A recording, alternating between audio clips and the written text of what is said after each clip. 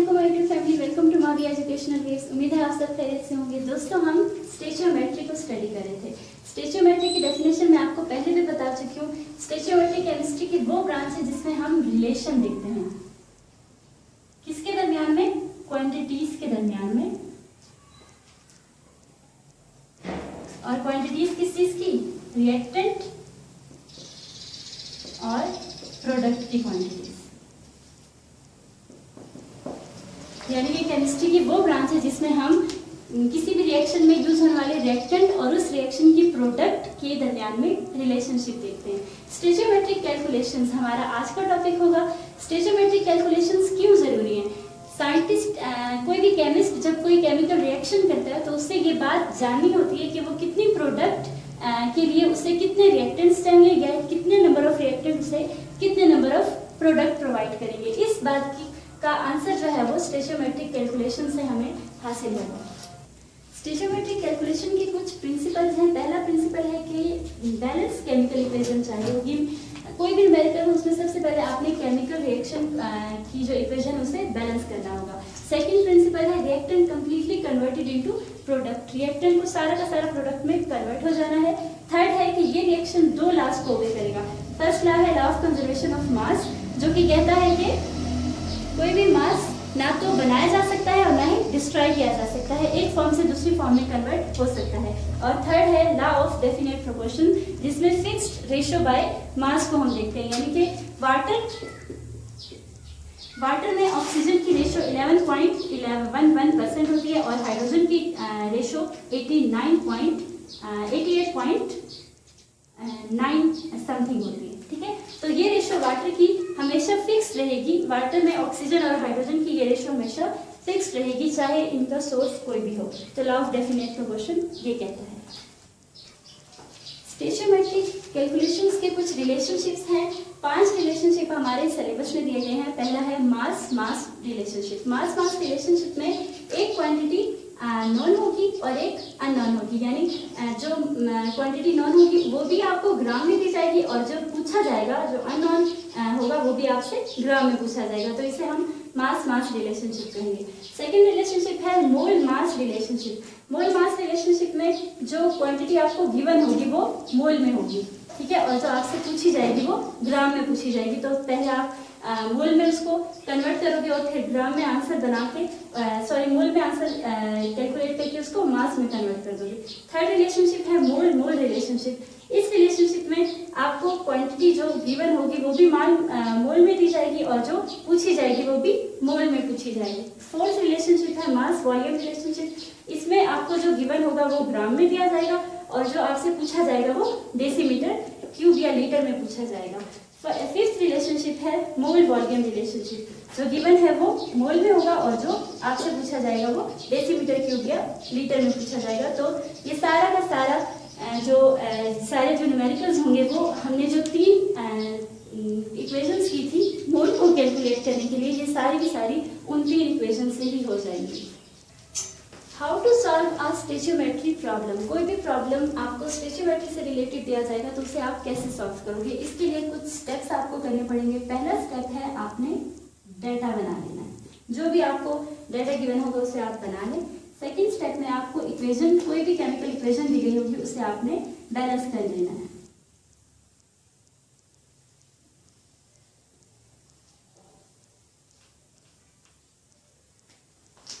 Third step में आपने मोल conversion का स्टेप करना है। यानी कि कोई भी आपको रिएक्टेंट दिया गया है या प्रोडक्ट दिया गया है, आप उसको कन्वर्ट कर दो इनटू मोल। मोल में कन्वर्ट करने का तरीका मैं आपको फर्स्ट वीडियो में समझा चुकी हूँ। फोर्थ स्टेप में आपने फार्मूला अप्लाई कर देना है,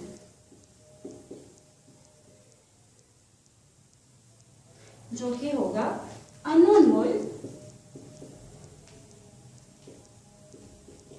इक्वल टू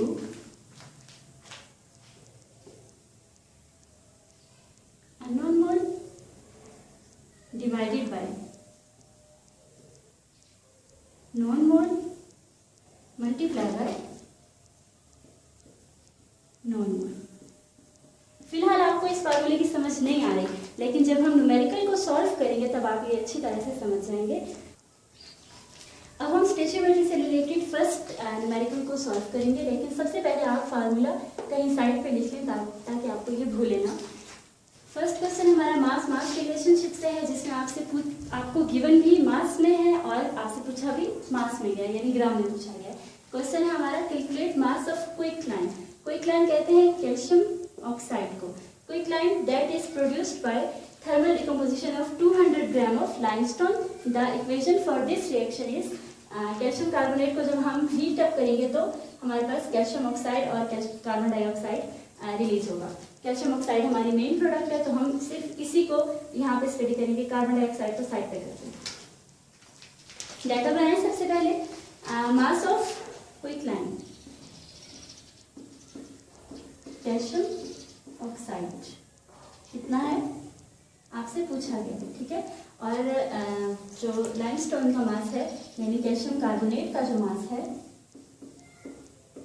वो है 200 ग्राम, ठीक। सबसे पहले तो आपने ये देखना है कि जो आपकी इक्वेशन है वो बैलेंस है या नहीं है। यहाँ पे देखें कैल्शियम 1 है, इस तरफ भी देखें कैल्शियम 1 है, ठीक है। कार्बन यहाँ पे भी 1 है और यहाँ पे भी 1 है। ऑक्सीजन यहाँ 3 है, यहाँ 1 ऑक्सीजन और बाकी के 2, यानी कि हमारी इक्वेशन जो है वो बैलेंस्ड है। उसके बाद हमने डाटा बनाया। डाटा में आपसे पूछा गया कैल्शियम ऑक्साइड का मास और आपको गिवन है कैल्शियम कार्बोनेट का मास। सबसे पहले हम क्या करते रहते हैं, हम इक्वेशन को, मास को हम कन्वर्ट कर देंगे इनटू मोल। तो पहले आप इस केमिकल इक्वेशन में देखें, कैल्शियम कार्बोनेट का 1 मोल यूज किया गया, ठीक। और कैल्शियम कार्बोनेट के 1 मोल से 1 मोल ही कैल्शियम ऑक्साइड रिलीज हुआ है। तो 1 मोल कैल्शियम कार्बोनेट का हीट अप करने से हमें 1 मोल ही कैल्शियम ऑक्साइड का मिला है। हमने केमिकल इक्वेशन को बैलेंस कर लिया, हमने डाटा बना लिया। थर्ड स्टेप था हमारा कि हमने ग्राम को कन्वर्ट करना है इनटू मोल। फार्मूला लगाएं, mole is equal to given mass divided by molecular mass. Given mass कितना है आपके पास 200, और हम कैल्शियम कार्बोनेट के मोल कैलकुलेट करें। 200 हमारे पास गिवन मास है। मॉलिक्यूलर मास कैल्शियम का होता है 40 प्लस कार्बन का 12 प्लस ऑक्सीजन का 48। कैलकुलेट करें कितना हो गया, ये हो गया 100 ग्राम।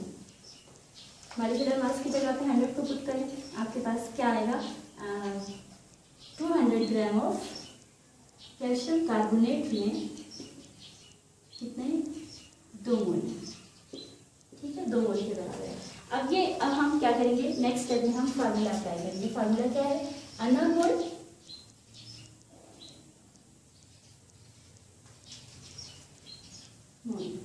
Is equal to unknown mole divided by known mole multiply by known mole. अब यहाँ पे हम वैल्यूज पुट करेंगे, unknown mole divided by known mole multiply by known mole. Unknown mole हमारे पास क्या है, कैल्शियम ऑक्साइड के नंबर ऑफ मोल्स डालने। यहाँ पे आप इक्वेशन में देखें, कैल्शियम कार्बोनेट का 1 मोल बर्न होगा तो कैल्शियम ऑक्साइड का 1 मोल रिलीज होगा। तो यहाँ पे हम अननोन मोल की जगह पे क्या लगा देंगे, 1 मोल लगा देंगे, 1, ठीक। और इसी के नीचे नॉन मोल कितने हैं, यहाँ पे कैल्शियम कार्बोनेट का 1 मोल बर्न हुआ था तो 1 कैल्शियम ऑक्साइड रिलीज हुआ था। अब यहाँ पे भी हम कैल्शियम कार्बोनेट यानी नॉन मोल की जगह पे 1 लगा देंगे, ठीक, multiply by known mole. Known mole जो हमें डाटा में गिवन था, यानी हमने 200 ग्राम को कन्वर्ट किया इनटू मोल, वो हमारे पास क्या आया 2 मोल। इसको आप 2 से मल्टीप्लाई कर दें तो हमारे पास 2 मोल्स आ जाएंगे, किसके, कैल्शियम ऑक्साइड के 2 मोल्स आ जाएंगे। अब हमने मोल को कन्वर्ट करना है इनटू ग्राम, क्योंकि क्वेश्चन में आपसे जो पूछा गया है वो ग्राम में पूछा गया है, इसलिए हम मोल को कन्वर्ट कर देंगे into gram.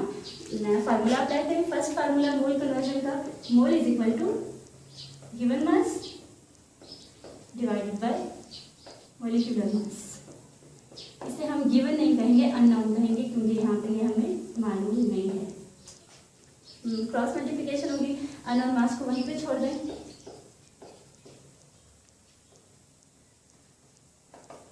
Mole multiply by molar mass. मोल तो हमें पता है 2 मोल है, और मोलर मास हम कैसे निकालेंगे, कैल्शियम ऑक्साइड है हमारे पास क्या होगा इसका मोलर मास, ये हमारे पास कैल्शियम है, कैल्शियम का एटॉमिक वेट जो होता है वो 40 होता है प्लस ऑक्सीजन का 16 होता है, मिलाकर हमारे पास हो गया 56। इसको मल्टीप्लाई कर दें आप 56 के साथ, तो ये हमारे पास आ जाएगा 112 gram of calcium carbonate, sorry calcium oxide.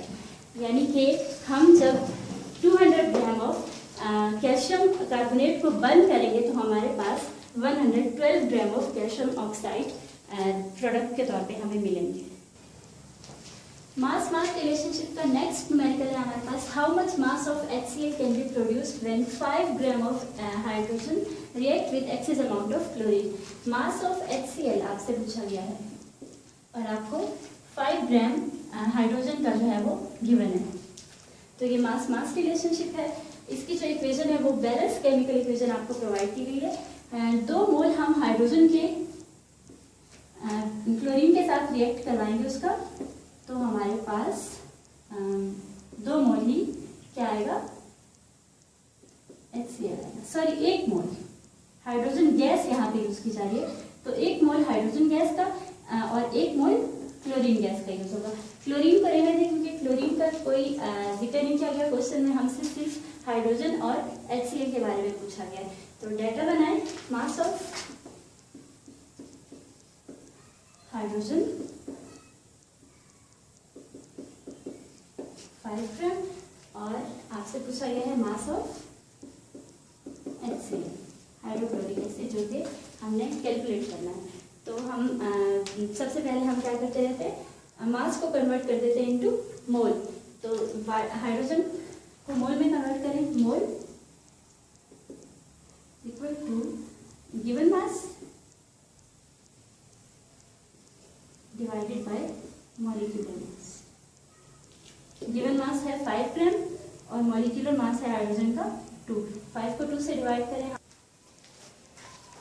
2.5 moles आ जाएंगे हाइड्रोजन के। नेक्स्ट स्टेप में हम फार्मूला अप्लाई करते हैं। फार्मूला है known mole is equal to unknown mole divided by known mole multiply by known mole. Known mole किसके हमारे पास, sorry unknown मोल हमने कैलकुलेट करने हैं, जो कि कैसे आएंगे हमारे पास, known mole divided by unknown mole divided by known mole. Unknown mole किसके हैं, HCl के अननोन मोल है। तो यहाँ पे जो हमारे पास बैलेंस केमिकल इक्वेशन में हमारे पास जो अननोन मोल आ रहे हैं वो कितने हैं, 2 हैं। तो यहाँ पे हम 2 लगा देंगे डिवाइडेड बाय, इसी इक्वेशन में जो हाइड्रोजन के नॉन मोल है वो कितने हैं, 1 multiply by known mole. Known mole of hydrogen, अभी हमने हाइड्रोजन के मोल कैलकुलेट किए 2.5, इसको हम मल्टीप्लाई कर देंगे 2.5 से, तो हमारे पास आ जाएगा 5 मोल्स ऑफ HCl। अब हमने आंसर मोल में कैलकुलेट कर लिया है, लेकिन हमने जो हमसे क्वेश्चन में पूछा गया था वो मास में यानी ग्राम में पूछा गया था, तो अब हम मोल को कन्वर्ट कर देंगे इनटू मास। फार्मूला लगाएंगे, first formula mole is equal to unknown mass divided by molecular mass. Unknown मास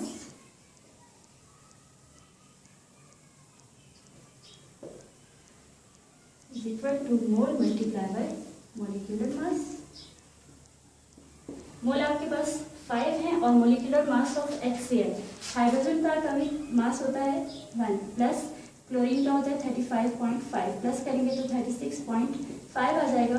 36.5 को 5 से मल्टीप्लाई करने से हमारे पास आंसर आएगा 182.5 ग्राम ऑफ HCl। यानी कि 5 ग्राम हाइड्रोजन जब रिएक्ट करेगा क्लोरीन के साथ तो 182.5 ग्राम ऑफ HCl रिलीज होगा। मास मास रिलेशनशिप से रिलेटेड हमने 2 न्यूमेरिकल्स प्रैक्टिस किए हैं, इसके अलावा मजीद 4 रिलेशनशिप्स हमारे रहते हैं जो कि हम नेक्स्ट वीडियोस में उनको स्टडी करेंगे। अगर आपको कोई भी क्वेश्चन कोई भी कॉन्सेप्ट आपका क्लियर नहीं हो रहा तो आप हमसे क्वेश्चन करें, मैं आपको कमेंट में रिप्लाई करूंगी। इसके अलावा मेरे चैनल को ज़रूर सब्सक्राइब करें और वीडियो को लाइक करें, फ्रेंड्स के साथ शेयर करें ताकि ज़्यादा से ज़्यादा लोग इससे फ़ायदा उठा सकें। मिलते हैं नेक्स्ट वीडियो में नेक्स्ट लेक्चर के साथ, तब तक के लिए अल्लाह हाफिज़।